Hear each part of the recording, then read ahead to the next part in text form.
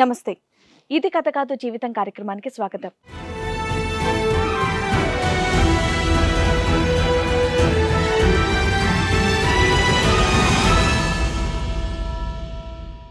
మా wife Anitha madam. మేము ఫేస్బుక్లో పరిచయం అయ్యాం. ప్రతిదీ షేర్ చేసుకుంటా ఉన్నాం. ఎన్ని ఇయర్స్ నుంచి అండి? 2 years నుంచి మేడం. వాళ్ళ అమ్మగారు వాళ్ళు తను చాట్ చేసుకుంటున్న ఆ సమయంలో బయటికి వెళ్ళాల్సి వచ్చి ఆ ఫోన్ అక్కడ పెట్టేసి ఆ చాటింగ్ అలాగే ఉంచేసి వెళ్ళిపోయింది బయటికి. వాళ్ళ మమ్మీ వాళ్ళు చూశారు. ఆ సమయంలో ఇద్దరం బయటికి రావాలని నిర్ణయించుకున్నాం. లేచిపోయి పెళ్లి చేసుకుందాం. అవునండి, పెళ్లి చేసుకున్నాం. కొన్ని రోజులు బాగున్నాం మేడం. సరే నా బర్త్డే వస్తుంది కదా, నీ బర్త్డే గిఫ్ట్ ఇస్తానని చెప్పింది. చెప్పిన తర్వాత సరే నేను హ్యాపీ ఫీల్ అయిపోయాను. నా బర్త్డే కదా, సరే ఏం గిఫ్ట్ ఇస్తుంది, లేకుంటే నన్ను మంచిగా ఓన్ చేసుకుంటుందేమో, ఇవన్నీ మానేసి మంచి ఫ్రెండ్లీగా అవుతుందేమో అనేసి హెరాస్మెంట్ ఆపేస్తుందేమో అనుకున్నా, ఎక్స్పెక్ట్ చేశాను. సో అది అలా కాకుండా తను ప్రెగ్నెంట్ అనేది రిమూవ్ చేసేసి సడన్ గా అట్లా అడిగితే ఎవరని చెప్పలేరు కదా మేడం. కామ్గా ఉంది. అటాక్ చేశానంటే నేను సార్ట్కి వెళ్ళలేదు కదా, తిరగడము, ఫోన్లన్నీ మాట్లాడడము, అట్లా అమ్మాయే కాదు చాలా మందిని కూడా చూసాను నేను. సెల్లో కూడా ఫొటోస్ కూడా ఉన్నాయి, అలా కిస్సులు చేయడము, వాళ్ళు చాట్ చేయడము. నువ్వు డైరెక్ట్ గా చూసానంటావు? నేను డైరెక్ట్ చూసాను, చూసి నిలబెట్టి మాట్లాడాను కూడా నేను. పాప ఆ టయాన్ని అడుగుతా ఉంటే మన మనసులు కాదమ్మా. ఏ అబద్ధాలు చెప్పకు. అది ఏం అడిగావు? అమ్మాయి ఏం చెప్పింది? ఎవరు ఏంటి అనేసి అడిగాను నేను. అమ్మాయి ఏం చెప్పలేకపోయింది, స్టాండ్ నిలబడిపోయింది ఇంకా అంతే. లవ్ బర్డ్స్ అలాంటివన్నీ సెల్ కావాలంటే సెల్ ఓపెన్ చేసి చూడండి, తన సెల్లో ఉన్నాయో లేవో చూడండి. ఫోన్లో ఎటువంటి ఫోటోలు చూసావు? అంటే ఇతను వేరే అమ్మాయిలు ఉన్నటువంటి ఫోటో? బెడ్ మీద పడుకున్నవి చూస్తున్నాను, కిస్ చేయడం ఉన్నవి. బెడ్ మీద ఎలా ఉంటారు? నువ్వు అబార్షన్ చేయించుకోవాలంటే ఒక్క నిమిషం నాన్న, భర్త పేరెంట్స్ సైన్ చేయాలి. నీకు ఎవరు సైన్ చేశారు అబార్షన్కి? లేదు మేడం, అది నేను వేరే దగ్గర మెడికల్ షాప్ నుండి టాబ్లెట్స్ తీసుకొని నీ ప్రాణం మీదకి వస్తుంది. హాస్పిటల్ కూడా వెళ్ళలేదు. పోయినా ఇంకా నాకు ఇష్టం అనేసి నేను అన్నిటికీ తెగించి ఆ పని చేస్తాను. నేను చచ్చిపోయినా సరే ప్రెగ్నెన్సీ పోనీ, లేకపోతే నేను చచ్చిపోయినా. తర్వాత వెళ్ళి క్లీన్ చేయించుకున్నావా? డాక్టర్ దగ్గరికి వెళ్ళావా తర్వాత? లేదు మేడం, వాళ్ళ టాబ్లెట్స్ అబార్షన్ అయిపోయింది. ఒక సైకాలజిస్ట్ హెల్ప్ తీసుకున్నావు, ఒక లాయర్ హెల్ప్ తీసుకున్నావు, ఏమీ హెల్ప్ తీసుకోలేదు. నీ కసి, కోపం, పగ, ప్రతీకారం అంతా ఎవరి మీద చూపెట్టావు? నిన్ను ఇప్పుడు గౌరవించాలా? మీ ఇద్దరిని చిలక గోరింకల్లా కలిపి పంపించాలా? ఉంటావా ఉండవా అమ్మా నిన్ను ప్రశ్నించాలా? ఏం మాట్లాడుతున్నావమ్మా? Non sense. పిల్లలు పుట్టరు అంటే పిల్లలు పుట్టిన వాళ్ళకి పుట్టట్లా, మీలాంటి వాళ్ళకి పుట్టేస్తున్నారు. ఇట్లా చంపుకొని చావాల్సిన పరిస్థితులు వస్తున్నాయి వాళ్ళకి. మీ రేంజ్ లెవెల్లో మేము దిగదారి చెప్పలేం, ఎడ్యుకేటెడ్ లెవెల్లో మీకు చెప్పినా అర్థం కాదు.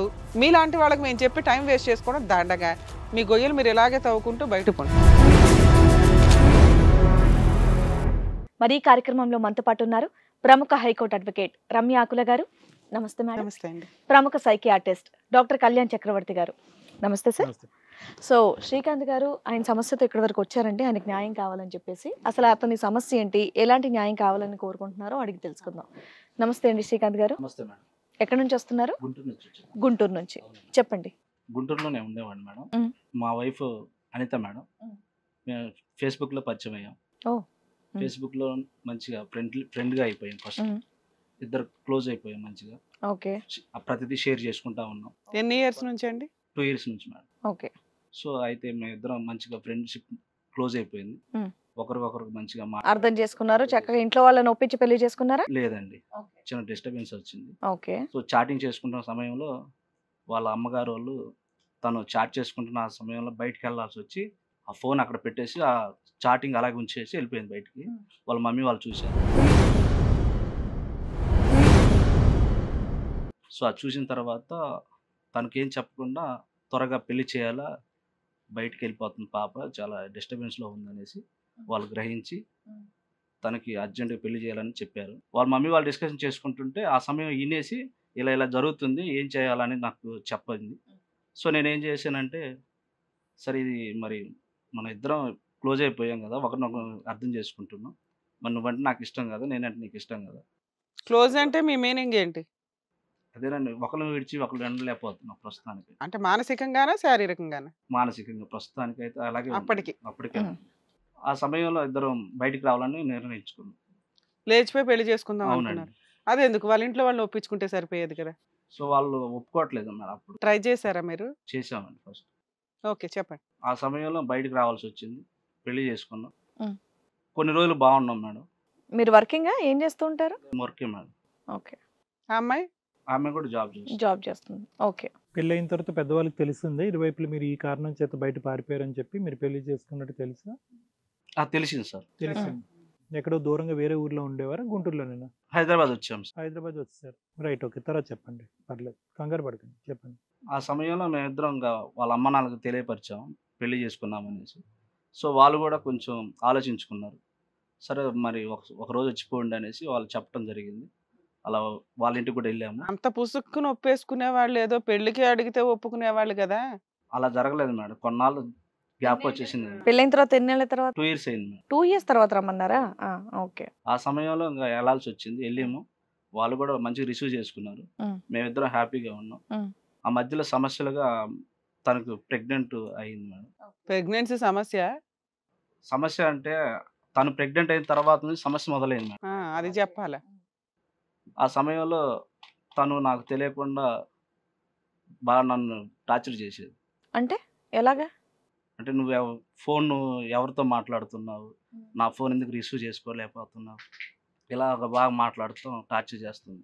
అలా ఏమిటి లేదు, నువ్వు కావాలంటే నా చాట్ చూసుకో అనేది నేను తనకి ఫోన్ ఇచ్చాను. నా ఫోన్ కూడా తనకి చూపించాను. కానీ అయినా నమ్మదు. ఇలా టార్చర్ పెట్టేది. ఇదంతా ప్రెగ్నెంట్ అయిన తర్వాత, అవును కన్సీవ్ అయిన అవును తర్వాత. సార్. ఓకే. ఆ సమయంలో నేను కూడా ఏం చేయాలో తెలియక తను కూల్ చేయడం స్టార్ట్ చేశాను.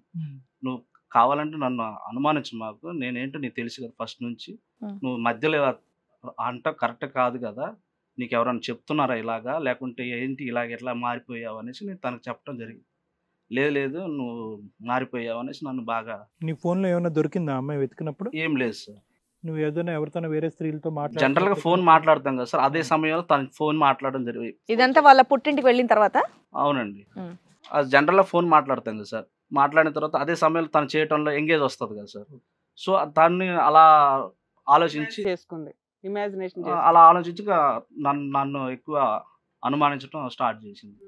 ఏ సమయంలో ఫోన్ మాట్లాడి ఆ సమయం నుంచి నువ్వు వాట్సాప్ కాల్ చేసి వీడియో ఫోన్ నాకు చెయ్యి, నువ్వు ఎక్కడ ఉన్నావు అనేసి ఇలా చేయడం జరిగింది. నేను ప్రతిదీ తనకు చెప్పడం జరుగుతుంది. తను కాకపోతే అర్థం చేసుకోలేక నా మీద ఇంకా అనుమానం ఇంకా ఎక్కువ చేస్తూ తన ఫ్రెండ్స్ వాళ్ళు ఏదైనా చెప్పటమా, వాళ్ళ అమ్మ వాళ్ళు చెప్పటమా నాకైతే తెలిసేది కాదు. తను ఎవరైతే చెప్తున్నారో అదంతా నమ్మేసి నన్ను అనుమానిస్తూ ఉంది. ప్రెగ్నెంట్ అయిన తర్వాత వాళ్ళ ఇంటికి వెళ్ళింది కదా మేడం, నన్ను అనుమానిస్తూ ఉంది. సరే నా బర్త్డే వస్తుంది కదా, నీ బర్త్డే గిఫ్ట్ ఇస్తానని చెప్పింది. చెప్పిన తర్వాత సరే నేను హ్యాపీ ఫీల్ అయిపోయా. నా బర్త్డే కదా, సరే ఏం గిఫ్ట్ ఇస్తుంది, లేకుంటే నన్ను మంచిగా ఓన్ చేసుకుంటుందేమో, ఇవన్నీ మానేసి మంచి ఫ్రెండ్లీగా అవుతుందేమో అనేసి హెరాస్మెంట్ ఆపేస్తుందేమో అనుకున్నా, ఎక్స్పెక్ట్ చేశాను. సో అది అలా కాకుండా తను ప్రెగ్నెంట్ అనేది రిమూవ్ చేసేసింది. అబార్షన్ చేయించుకుందా? అవును సార్. మీకు తెలియకుండా, మీ పర్మిషన్ లేకుండా, అసలు కొద్దిగానే హింట్ ఇచ్చిందా? ఏం లేదు సార్. చెప్పి సర్ప్రైజ్. అదే సర్ప్రైజ్ అంటే నేను వాళ్ళందరూ ఏం చేస్తున్నారు, అంత పెద్ద స్టెప్ తీసుకున్నప్పుడు ఆవిడ తెలియకుండా చేస్తుంది, వాళ్ళకి కూడా తెలియకుండా. అదే వాళ్ళకు చెప్పలేదు సార్ నాకు ఏ విషయం. నేనేమనుకున్నానంటే ఫ్యామిలీతో వాళ్ళు బాగానే ఉన్నారు కదా, సో అక్కడ హ్యాపీగా ఉన్నారు, ప్రస్తుతం నాతో మాట్లాడిపోయినా నేను తర్వాత నాతో మాట్లాడుద్దాం హోప్తో ఉన్నాను. ఆ సమయంలో ఏమైందంటే నాకు గిఫ్ట్ ఇస్తుంది అన్నది కదా, సరే వాళ్ళందరితో ఫ్యామిలీకి డిస్కషన్ చేసుకొని మంచిగా తను మారుస్తారేమో అనేసి నేను అనుకున్నాను. ఆ సమయంలో నాకేం జరిగిందంటే ప్రెగ్నెంట్ వచ్చి నేను హ్యాపీ ఫీల్ అయినా. ఆ సమయంలో ఇప్పుడున్న ప్రొసీజర్లో చాలా మంది పిల్లలు లేక ఇబ్బంది పడుతూ ఉంటారు కదా. ఒక ఫాదర్ అవుతాననే కళ్ళ కాస్త చెదిరిపోయింది. అవునండి. చాలా వరకు ఇప్పుడున్న పరిస్థితుల్లో పిల్లలు లేక ఎంతో వేదన పడతా ఉంటాను. నేను చాలా ఎక్స్పెక్ట్ చేశాను నా ఫ్యామిలీ ఒక స్టార్ట్ అవుతుంది. Very sad.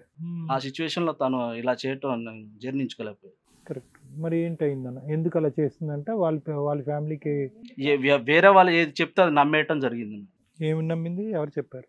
ఏం చెప్పారు? ఆ పిల్లగాడు మంచోడు కాదు, బయట తిరుగుతూ ఉంటాడు, ఇలాగా ఏదైనా వాళ్ళు ఏది చెప్తే ఎవరు ఏది చెప్పి నమ్మేస్తా ఉంటారు. ఎప్పుడు మాటలు విని అబార్షన్ చేయించుకుంది, నీ మీద నమ్మకం లేకుండా. నేనేమనుకున్నా అంటే ఇంకా మారి నా దగ్గరకు వస్తుందేమో అనుకున్నాను. అదే మీరు అలా అనుకున్నారు. ఆవిడ రిటర్న్ గిఫ్ట్ ఇంకోటి ఇచ్చింది మీకు. సో ఇప్పుడు ఏమంటుంది తను? తను నా దగ్గర రాను అంటుంది మేడం. ఎంతకాలం అయింది అమ్మాయి డెలివరీ కోసం వెళ్ళి? అదే ప్రెగ్నెన్సీ అనగానే వెళ్ళింది. 4 months ప్రెగ్నెంట్ మేడం. ఇప్పుడు వెళ్ళి ఎంతకాలం అయింది? 6 months అవుతుంది మేడం. 6 months నుంచి రావట్లేదు. ఇప్పుడు మీ భార్య మీతో పాటు రావాలని చెప్పేసి ఇక్కడికి వచ్చారా? అదే ఆశపడుతున్నాను. సరే, మీ వర్షన్ విన్నాం కాబట్టి మరి వాళ్ళ ఆవిడ అనిత గారితో కూడా మాట్లాడదాం. హలో అండి అనిత గారు. నమస్తే అండి. సో మీ వారు చెప్పిందంతా కూడా విన్నారు కదా, ఏంటి విషయం ఇప్పుడు మీరు చెప్పండి. నువ్వేదో సర్ప్రైజ్ గిఫ్ట్లు ఇస్తావంటే ఏంటమ్మా అవి?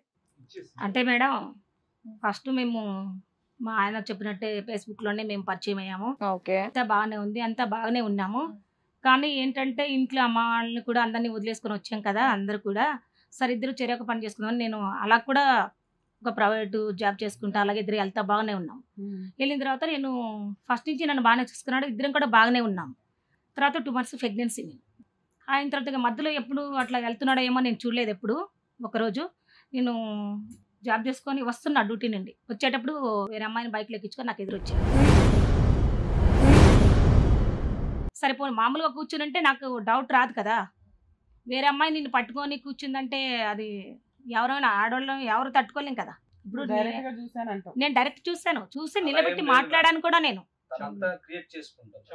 మాట్లాడాను బైక్ ఆపి నిలబెట్టి నేను మాట్లాడి ఆ అమ్మాయికి వార్నింగ్ ఇచ్చి దింపి.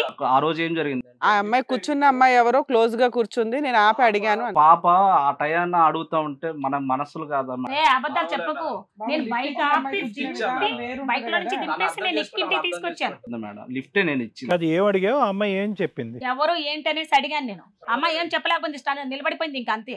ఇప్పుడు ఫ్రెండ్స్ సరే నేను లిఫ్ట్ అడిగాను, ఇట్లా వదులుతానన్నాడు అన్నావు తమ్ముడు ఏదో ఒకటి అనొచ్చు కదా, ఏదనుకుంటే గమ్మ నిలబడిపోయిందంటే ఎందుకు నీకు లిఫ్ట్ ఎందుకు అడుగుతారు? నీకు బంధువులు నీకు చుట్టాలు ఎవరన్నా? లిఫ్ట్ ఇచ్చే వాళ్ళ కూర్చున్నారా, బాగా దగ్గరికి కూర్చున్నారు? పట్టుకొని కూర్చున్నాడు సార్, పట్టుకొని ఉందా అమ్మ వెనక ఇలా పట్టుకొని ఎలా కూర్చుంటది? భార్య కదా కూర్చుంటుంది, బయట వాళ్ళు కూర్చోరు కదా, లిఫ్ట్ అడిగితే పట్టుకొని కూర్చుంటారా? ఏమో అమ్మాయి పడిపోద్దేమో అని భయం. సరే నేను ఆపాను, ఇలా డ్రాప్ చేయమని అని చెప్పొచ్చు కదా నాకు. ఆ అమ్మాయి చెప్పాలి కదా, లేదమ్మా ఇట్లా వదలమన్నా అనేసి అనాలి కదా. అలా గమ్మ నిలబడి ఎందుకు వెళ్ళిపోతుంది? సడన్ గా అట్లా అడిగితే ఎవరైనా చెప్పలేరు కదా మేడం. ఎందుకు చెప్పలేరు? ఎవరన్నా ఎవరు నువ్వు అని అడిగితే లిఫ్ట్ అడిగానని చెప్పేసి చెప్తారు కదా. కామ్గా ఉంది. అటాక్ చేశానంటే నేనేం సాటుకి వెళ్ళలేదు కదా. సరే ఓకే, దాని గురించి డిస్కషన్ అది అలా అన్నా అయి ఉండొచ్చు, ఇలాగన్నా అయి ఉండొచ్చు. నాకు ఎదురొచ్చాడు కదా, సరే పోనీ అది జరిగిపోయింది అడిగాను, సరే సంథింగ్ ఎవరికైనా జరుగుతుంది ఇలా ఏదో జరిగింది అనేసి దాన్ని కూడా వదిలేసాను నేను. తర్వాత అతను ఎప్పుడు డ్రింక్ చేయడం మొదలు పెట్టేశాడు. నేను ఎప్పుడైతే ఇది అడిగేసి ఇంట్లో ఎవరైనా గొడవ పడతాము, సరే డ్రింక్ చేయడము. అప్పటికి నీకు ప్రెగ్నెన్సీ వచ్చిందా రాలేదా? అప్పటికి లేదు మేడం, అప్పుడు లేదు. ఇలా జరుగుతా ఉంది. జరగ తర్వాత నాకు ప్రెగ్నెన్సీ. డ్రింక్ చేసి ఇంకా ఏంటమ్మా డ్రింక్ చేయడము, తిరగడము, ఫోన్లన్నీ మాట్లాడడము, అట్లా అమ్మాయే కాదు చాలా మందిని కూడా చూసాను నేను. సెల్లో కూడా ఫొటోస్ కూడా ఉన్నాయి, అలా కిస్సులు చేయడము, వాళ్ళు చాట్ చేయడము, లవ్ బర్డ్స్ అలాంటివన్నీ సెల్ కావాలంటే సెల్ ఓపెన్ చేసి చూడండి, తన సెల్లో ఉన్నాయో లేవో చూడండి మీరు. అసలు ఇంతకు మీ ఆయన ఏం చేస్తూ ఉంటాడమ్మా? మా ఆయన జాబ్ చేస్తాడు. ఎంతవరకు వస్తుంది జీతం? ఎక్కువ ఏం రాదు మేడం, 20,000 ఎంత వస్తుంది. దాంట్లోనే అంతమంది అమ్మాయిలు మెయింటైన్ చేస్తాడా మీ ఆయన? దానికి తగిన వాళ్ళు కూడా ఉంటారు కదా. ఇక నేను వెళ్తున్నాను కదా, ఇద్దరం కలిసి జాబ్ చేస్తున్నాము. అమౌంట్ కూడా సపరేట్ నేనేం పెట్టుకోను కదా, అంత ఒక దగ్గరే పెడుతుంటాము. ఇక అట్లా తిరగడం, తాగడం, వెళ్ళడం, ఏమన్నా చెప్తే వినకపోవడము, మొత్తం ఇంకా రివర్స్ అయిపోతున్నాడు. నాకు ఏం చెప్పినా వినడం. అప్పటికి నేను చాలా చెప్పాను, అమ్మ వాళ్ళందరిని వదిలేసి నేను ఒక పాపని నిన్ను నమ్మి నీ వెనక వచ్చేసాను, నువ్వు ఇలా చేయడం కరెక్ట్ కాదు. మేము కూడా అమ్మ నాన్న వదిలేసి వచ్చాం కదా, సరిగా చేసుకోనేసి వదిలేసి వచ్చావు, నాశనం చేయడానికి వచ్చాను. ఏమైనా మంచిగా వచ్చినా? ఫోన్ లో ఎటువంటి ఫోటోలు చూసావు? అంటే ఇతను వేరే అమ్మాయిలు ఉన్నటువంటి ఫోటో బెడ్ మీద పడుకున్నవి చూస్తున్నాను, కిస్ చేయడం ఉన్నవి. అలాంటి నీ దగ్గర ఉన్నాయమ్మా ఫోటోస్? పగల కొడతా, అబద్ధం చెప్పండి, కరెక్ట్ చెప్పు, ఒప్పుకో. ఇప్పటికైనా తప్పు అమ్మా ఫోటోస్ నీ దగ్గర ఉన్నాయా? నా దగ్గర మేడం, తన సెల్లోనే ఉన్నాయి అన్ని. చూసిన తర్వాత తను ఏం చేస్తాడు ఏంటో లాక్స్ అవని నాకు తెలీదు అంతగా. చూసిన వెంటనే కాపీ చేసుకోవాలి కదమ్మా, ఎవిడెన్స్ గా మాట్లాడాలంటే. ఎక్కడ ఇడిచి పెడుతున్నాడు సెల్, ఇంకా గొడవ స్టార్ట్ అయింది కదా, పెట్టుకోడు కదా. నేను ఇవన్నీ చూస్తాను అనుమానే కదా తనకి. కానీ నేనేం చేశానంటే ఫస్ట్ బైక్ లో ఎక్కించుకొని ఎదురొచ్చినప్పుడు కొంచెం నాకు డౌట్ వచ్చింది కదా. అప్పుడు ఏంటంటే అంత గట్టిగా వాదించకుండా అట్లా ఇట్లా నమ్మకంగా ఉండేసిన, సరే వదిలి ఇదేదో మర్చిపోయింది అన్నట్టున్నాడు. ఆ టైంలో నేను ఆ సెల్లో చూశానండి. చూసి మళ్ళీ మొదలైపోయింది మా ఇద్దరికి గొడవ. ఆల్రెడీ ప్రెగ్నెన్సీ అప్పుడు 2 months. సరే చూసా, ఎన్నో చెప్పా, కనీసము ఒక 2 months ప్రెగ్నెన్సీ ఇక్కడ ఉన్నప్పుడే. అమ్మ వాళ్ళ ఇంటికి వెళ్ళినప్పుడు 3 అట్లా ఒక 1 month వరకు చూశాను. అప్పుడు కనీసం తిండికి కూడా ఇంట్లోకి ఏం తీసుకురాకుండా మానుకున్నాడు.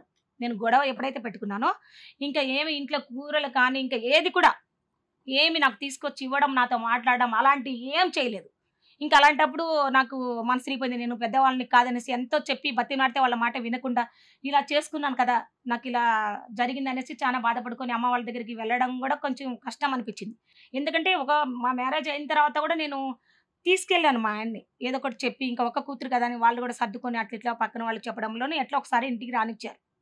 వెళ్ళేసి వచ్చాము. వచ్చిన తర్వాత నువ్వు బాగుండాలి కదా, వచ్చిన దగ్గర నుంచి ఇలా అలా అన్నీ చేసేసి అట్లా చేశాడు. సరే నేను ఇంకా అమ్మ వాళ్ళ ఇంటికి వెళ్ళిపోయిన తర్వాత నాకు 4 months ప్రెగ్నెన్సీ. అప్పటి వరకు నాకు కాల్ చేయడం అలాంటివి ఏం చేయలేదు. ఇంకా లేదు మేడం, కాల్ చేస్తుంటే తను లిఫ్ట్ చేయదు మేడం.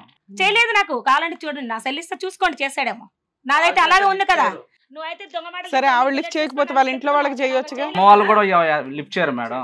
నేను అలా చేయలేదు. వాళ్ళందరూ కలిసి అలా చేశారు. సరే పోనీ, ఇప్పుడు నా సెల్ ఇస్తా, నీ సెల్ నువ్వు చేసినవి ఉన్నాయి, నాకు నా దాంట్లో ఫోన్లు ఉన్నాయి, చూసుకుంటారు.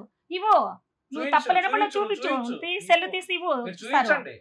నువ్వు అన్ని అబద్ధాలు మాట్లాడతా, మూతి పగలబడితే అబద్ధం మాట్లాడావు. మీరు కావాల్సి ఇట్లా చెప్పడం కరెక్ట్ కాదు. నేనా అంటే నువ్వు ఎక్కడంటే అక్కడ తిరగడం, తాగడము, అక్కడ అన్ని కొత్త కొత్త వెరైటీగా దాంతో దీంతో తిరిగి అలా చేసి సెల్లులు చూసుకొని నా దగ్గరికి వచ్చి ప్రవర్తించడము, ఎట్లంటే అట్లా అడగడం, అట్లా చేస్తాడు. సరే అమ్మా, ఇవన్నీ చేస్తే ఆల్రెడీ మూతే పగలు కొడతానన్న దానివి కాలర్ పట్టుకుని మాట్లాడొచ్చు. అభాషణ ఎందుకు చేయించుకున్నావు?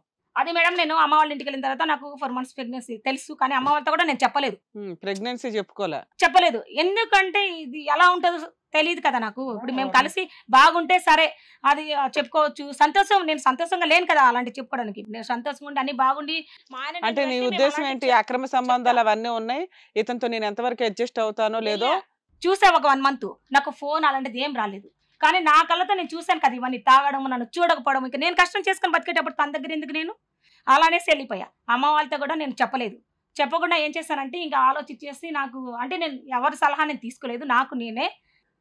ఈ రోజుల్లో పిల్లలు లేక ఎంతో మంది వేదన పడుతున్నారు మేడం. 20 years 10 years నుంచి అలా ఎలా చేస్తారు మేడం? ఉండాలి కదా, చదువుకున్నారు కదా. తెచ్చి సాగుతాని నువ్వు అంతా నమ్మించి నన్ను ప్రేమించి ఫేస్బుక్ లో మంచిగా చూసుకుంటా మేడం. తను చెప్పుడు మాటలు విని ఇలా తయారైంది మేడం. ఆవిడ అడిగిన దానికి సమాధానం చెప్పు. నువ్వు అలా చేయలేదు కదా. నువ్వు అలా ఉంటే నేను ఫస్ట్ నుంచి నీతో ఉండేసి నేను జాబ్ చేసి డబ్బు నీకు తెచ్చిచ్చానంటే నీకు ఎంత నమ్ముంటే నేను ఇచ్చి ఉంటా. నువ్వు నన్ను చూసుకుంటావని నమ్మకంతో నా మొగుడే నన్ను ఇట్లా చేయడు, నా గురించి ఇంట్లో నుంచి కూడా వచ్చేసాడు అనేసి నేను నమ్మాను కదా. అలాంటప్పుడు నువ్వు అలా చేసినప్పుడు నేను ఎందుకు నిన్ను మంచిగా చూసుకోలే? నేను నెల రోజులు ఎవరు అన్నం పెట్టావు నువ్వు నాకు? నేను ఫోన్ చేస్తే ఫోన్ కూడా ఇచ్చేయలేదు కదా. ఇంట్లో ఉన్నప్పుడు రైస్ కూరగాయలు అన్ని నేను తెచ్చుకున్నానా, నువ్వు తెచ్చావా? అసలు ఇంటికి 1 month ఒకసారి తెచ్చేది. అవి ఎలా తెస్తారు? డైలీ తెస్తారా? తయారు కదా. నేను పక్కన వాళ్ళతో కూడా నీకు పంపించాను కదా. నాకు ఒక డౌట్, ఒక్క నిమిషం ఉండండి. మీరేంటి ఆవిడ మీరు అని పిలుస్తున్నారు? నేను రెస్పెక్ట్ ఇస్తా మేడం. నీ వైఫ్ కి రెస్పెక్ట్ ఇచ్చే అంత ఉత్తముడువా? బయట వాళ్ళకైతే మొగుడు, ఇంట్లో వాళ్ళకి అట్లే ఉంటది మేడం. ఏంటి మీరు అనే పిలుస్తాడా? ఇప్పుడు లవ్ చేశారు, మీకు ఆ క్లోజ్నెస్ లేదా? మీరు అని పిలుచు అదే అంటుంది. బయట వాళ్ళు కదా మొగుడు, నా దగ్గర ఎలా అంటాడు అన్నాడు కదా. అందరినీ గౌరవిస్తాడేమో లైన్ లో పెట్టి. బాగానే ఉంది. కాదమ్మా, నీ దగ్గర ఆధారాలు ఉన్నాయా ఏంటి? ఇప్పుడు నువ్వు అంత భ్రమపడుతున్నావు అన్నట్టుగా మాట్లాడుతున్నాడు. దమ్ముంటే ఆధారాలు చూపెట్టమంటున్నాడు. నీ ఫోన్ లో ఉన్నాయని అంటున్నావు, కానీ నీ ఫోన్ తీయట్లేదు. నా ఫోన్ లో ఉండేలా నాకు ఫోన్ చేశానంటే చూడండి, నాకు ఫోన్ చేశాడేమో అంటున్నా. ప్రూఫ్స్ అలా నేను తీసుకున్నా. ఏవన్నా కూడా ప్రూఫ్లు గిఫ్లు ఉంటాయి సార్, నేను ఒకటే నిర్ణయించుకున్నా, అలాంటి ప్రూఫ్స్ తీసుకోవాలనేసి నేను ఆలోచన నాకు లేదు. ఎందుకు? నాకు నమ్మించి అందరినీ వదిలేసి నేను బయటకు వచ్చాను, నన్ను సాగుతానని నమ్మించాడు, నాకు మోసం చేశాడు. ఎవరికి చెప్పినా ఏం చేసినా అది నాలో ఉండాల. ఎవరు చెప్పినా అది ఒక ఫ్యామిలీ అనేది మా ఇద్దరికి సంబంధించి మేము ఇష్టపడాలి తప్ప ఎవరు చెప్పిన 2 రోజులు చెప్తారు, మీరు చెప్తారు, నేను 2 రోజులు ఉంటా, తర్వాత ఏదో ఒకటి మళ్ళీ విడిపోతుంటాం. కాబట్టి నేనే అలాంటి నిర్ణయం తీసుకొని అమ్మ వాళ్ళ ఇంటికి వెళ్ళిపోయినాక 4 months ప్రెగ్నెన్సీ నేను నిజమే. తర్వాత నేను ఫోన్ చేశాను, తను నాకు చేయలేదు. నువ్వు అబార్షన్ చేయించుకోవాలంటే ఒక్క నిమిషం నాన్న, భర్త పేరెంట్స్ సైన్ చేయాలి. నీకు ఎవరు సైన్ చేశారు అబార్షన్ కి? లేదు మేడం, అది నేను వేరే దగ్గర మెడికల్ షాప్ నుండి టాబ్లెట్స్ తీసుకొని ప్రాణం మీదకి వస్తుంది. హాస్పిటల్ కూడా వెళ్ళలేదు. పోయినా ఇంకా నాకు ఇష్టం అనేసి నేను అన్నిటికీ తెగించి ఆ పని చేస్తాను. నేను చచ్చిపోయినా సరే ప్రెగ్నెన్సీ పోనీ, లేకపోతే నేను చచ్చిపోయిన తర్వాత వెళ్ళి క్లీన్ చేయించుకున్నావా? డాక్టర్ దగ్గరికి వెళ్ళావా తర్వాత? లేదు మేడం, వాళ్ళ టాబ్లెట్స్ అది అబార్షన్ అయిపోయింది. Empty medical termination pregnancy. ఇంకేం హాస్పిటల్ ఫాలో అప్ లేదా? తర్వాత ఏం బ్లీడింగ్ ఏమో అవట్లేదు? మా ఫ్రెండ్ కి అడిగాను నేను, అడుగుంటే మా 5 months అట్లా వచ్చినప్పుడు టాబ్లెట్స్ అంటే ఒక 700 అంటే ఒక సింగిల్ టాబ్లెట్ ఒకటి ఉంటుంది, తర్వాత వచ్చేసి ఒక 3 టాబ్లెట్స్ సన్నగా ఉంటాయి, అట్లా ఇచ్చేసారు. నీకు 3 days 2 days అబార్షన్ అయిపోతుంది, నో ప్రాబ్లం అని చెప్పారు. ఇంకా అలా తెచ్చుకొని అంటే ఇంకెవరికి చెప్పదలుచుకోలేదు. నేను బతికేటప్పుడు నాకు తెచ్చి పెట్టలా చూడడంలా, ఎలాగో నేను జాబ్ చేసుకుని బతుకుతున్నా. ఇది తల్లి వాళ్ళకి తెలిసి కూడా తర్వాత మేము విడిపోతే వాళ్ళు బాధపడాలి. ఇప్పుడు బిడ్డ పుడతాడు, మేమిద్దరం కలుచుకోలేకపోతాం, ప్రజలు ఏమనుకుంటారు చూడు. తెలిసిన వాళ్ళు ఏంటంటే ఫేస్బుక్ లవ్లు ఇవే. ఇప్పుడు మౌడికే కనింది అనుకుంటారు తెలిసిన వాళ్ళు, తెలియని వాళ్ళు ఏమంటారు ఎవడ కనింది ఏంటో. నీకు అన్ని తెలుసులే అమ్మా. అయ్యో బాబాయ్, అన్ని తెలుసులే అమ్మా. అలా కాదు. ఇప్పుడు ఏంటమ్మా ఫైనల్ గా ఇప్పుడు బేబీని తీసేసావు అంటే కనుక ఇతను గుడ్ బై చెప్పినట్టేనా? ఇంకా అంతేనా? తీసేస్తారు సార్, నాకైతే ఇంకొద్దు. అతను మారినా వద్దా? తను మాట్లాడని నాకు నమ్మకం లేదు మేడం. సరే అతనికి ఎటువంటి సంబంధాలు లేవని ప్రూవ్ చేస్తే ఓకేనా, అది కూడా వద్దా? నేను కళ్ళతో చూసాను కదా మేడం, నేను ఎలా నమ్ముతా? ఇప్పుడు నాకు ఎవరైనా చెప్పినవి అయితే నేను ఎవరైనా లిఫ్ట్ ఇచ్చినా కూడా నీ దృష్టిలో అది రాంగే అని కదా మేడం. ఎలా బెడ్ మీద ఎలా ఉంటారు, బట్టలు లేకుండా బెడ్ మీద పడుకుంటే అది లిఫ్ట్ ఇస్తారా? అలా కూడా లిఫ్ట్ ఇస్తారా? లేదు కదమ్మా, నువ్వు ఏదైనా ప్రూవ్ తన చేసి సెల్లో ఉన్నాయి కదా, తనని చెప్పను. లేవా ఉన్నాయా అడగండి. నా సెల్లు లేవు కదా మేడం, నా సెల్లు ఎలా ఉంటాయి? ఉన్నా నువ్వు చూపించు. ఎందుకు చూపిస్తాడు? చూపించాడు. ప్రాబ్లం సాల్వ్ అవ్వాలంటే నిజం మాట్లాడితేనే మేము ఏదైనా చేయగలం. మీ ఇద్దరు వచ్చి ఇక్కడ డ్రామాలు ఆడేస్తే ఎట్లా? ఇప్పుడు తను అలిగేషన్ చేస్తున్నప్పుడు తన దగ్గర ఉండాలి కదా. కాపురం నీకు కావాలన్నప్పుడు నువ్వు ప్రూవ్ చేసుకోవాలా? ఒకటి తను అంత ఎలాగా ఒక ప్రెగ్నెంట్ అయినటువంటి లేడీ తన ప్రెగ్నెన్సీ కూడా తీసేసుకుని భర్తకు గుడ్ బై చెప్పాలి అనే పెద్ద ఆలోచన వచ్చిన అమ్మాయి ఈ రోజు ఇక్కడ కూర్చొని అబద్ధం ఆడవలసిన అవసరం ఏంటి? ఆ అమ్మాయికి ఏం గెయిన్ ఉంది చెప్పు? ఈ రోజు అబద్ధం ఆడి మొగుడిని వదిలించుకోవాలనేటటువంటి ఆలోచన అంటే తన కళ్ళు బయర్లు గమనియా? తను చూసిందంత అబద్ధమా? హాలిసినేషన్సా? ఊహలా? బైక్ లో ఎదురు ఎక్కించుకుని వచ్చి నేను కొట్టి అమ్మాయిని దించాను కదా, మరి ఇద్దరు ఎందుకు అడగలని అన్నప్పుడు గమని ఎందుకున్నారు? తప్పు లేకుండా ఎందుకుంటారు చెప్పండి? షాపింగ్ చేసి బట్టలు అంటే లిఫ్ట్ ఇస్తే అలా కూడా తనకే మేడం షాపింగ్ కూడా చేసి తనకు బట్టలు ఇస్తాను. షాపింగ్ చేస్తే నాకు ఇవ్వాలి కదా, అదెందుకు పట్టుకొని పోయింది?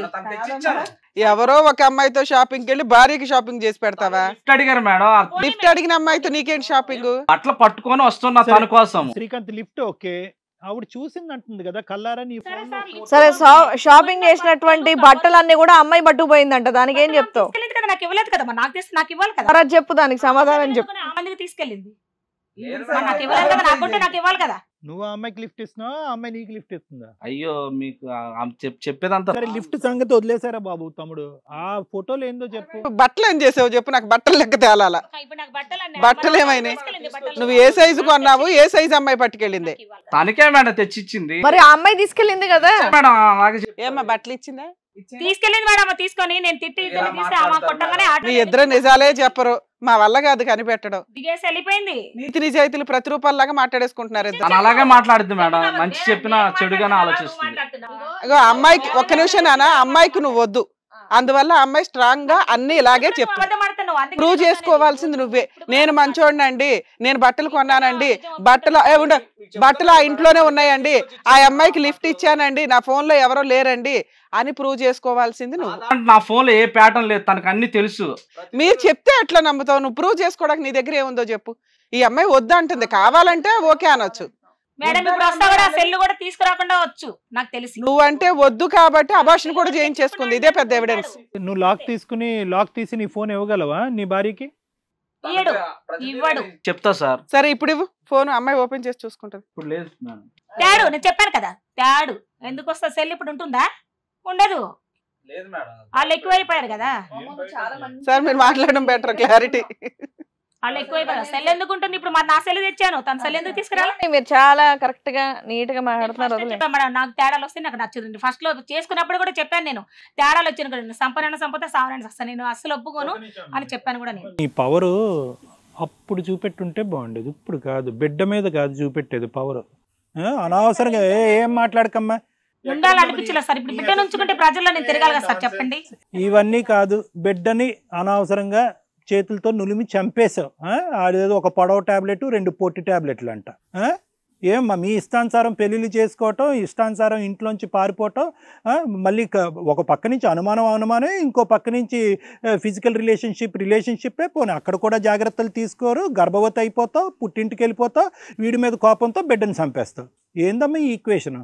అందుకే సార్ ఒకసారి తప్పు చేసి పెళ్లి చేసుకొని ఇంత పని చేశాను కదా, రెండోసారి బిడ్డని ఉంచుకొని వెనక పెట్టుకొని అందరికి చెడ్డ పేరు తెచ్చుకోవాలని నాకు ఇష్టం లేక.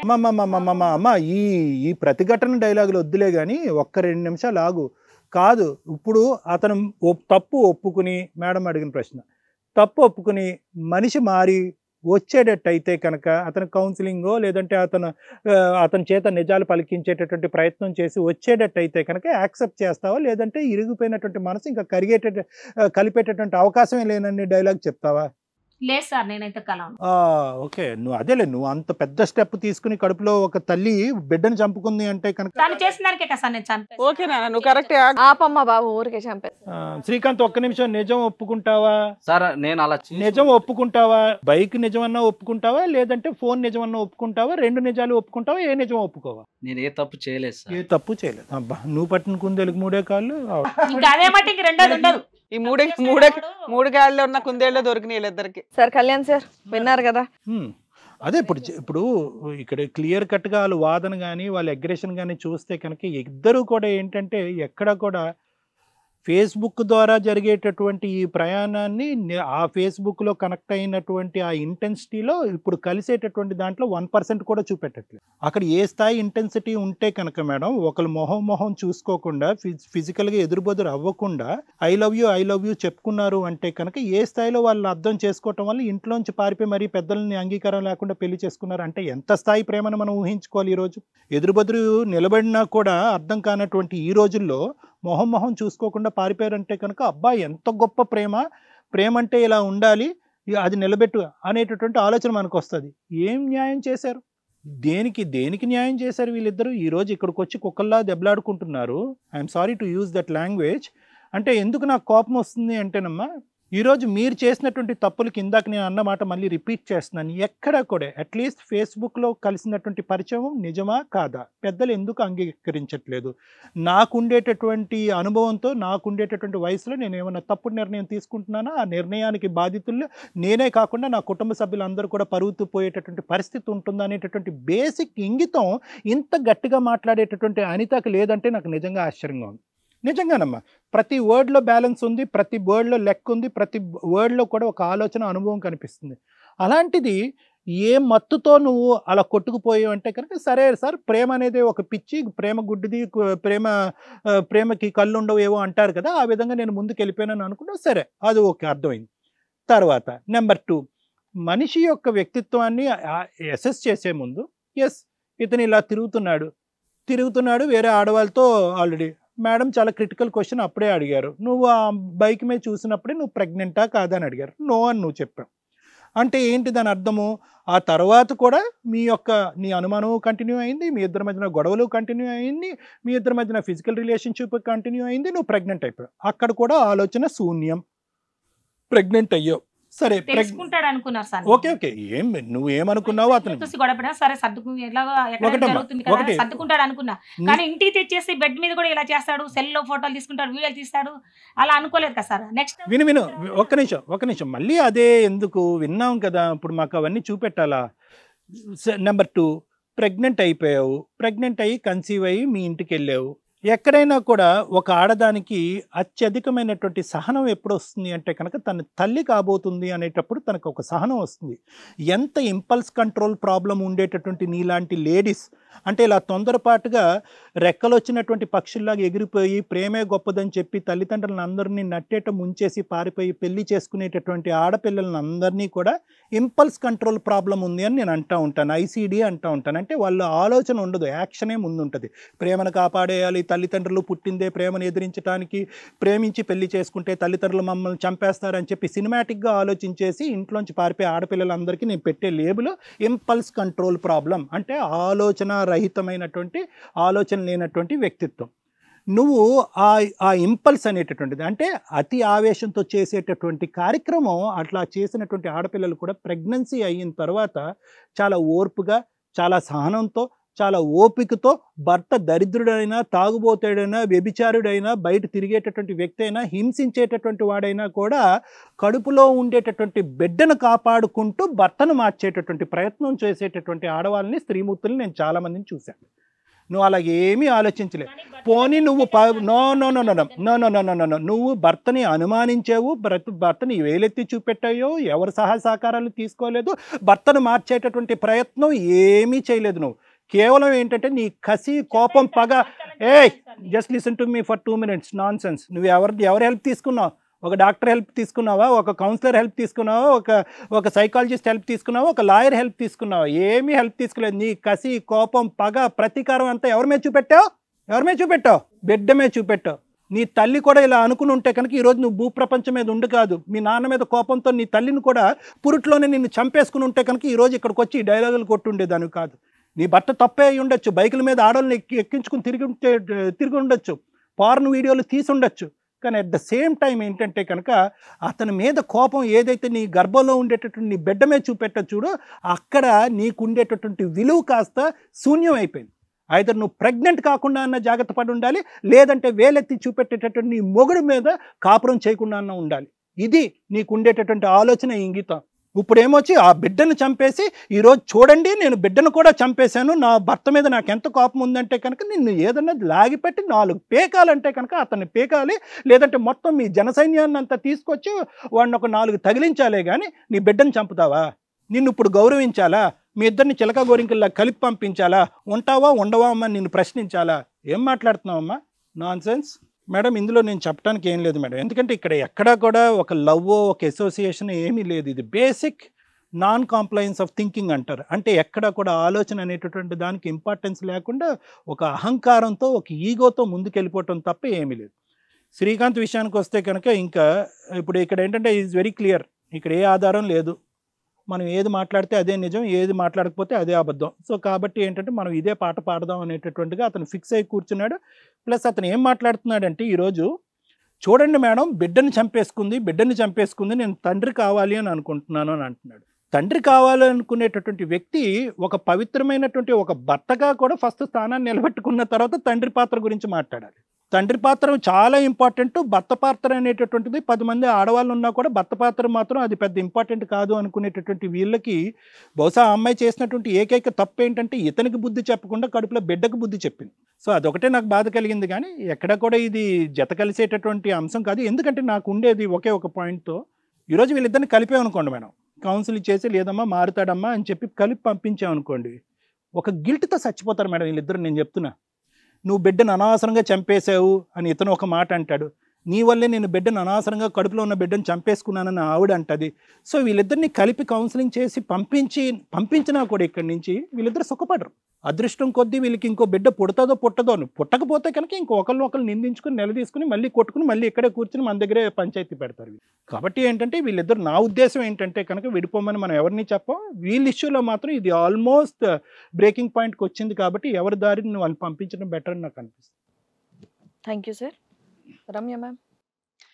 మేడం, మనం మాట్లాడే మాటలు కానీ ఇప్పుడు దాకా సార్ మాట్లాడినవి కానీ నేను మాట్లాడాల్సి వచ్చే పదాలు కానీ వీళ్ళకి అర్థం కావు.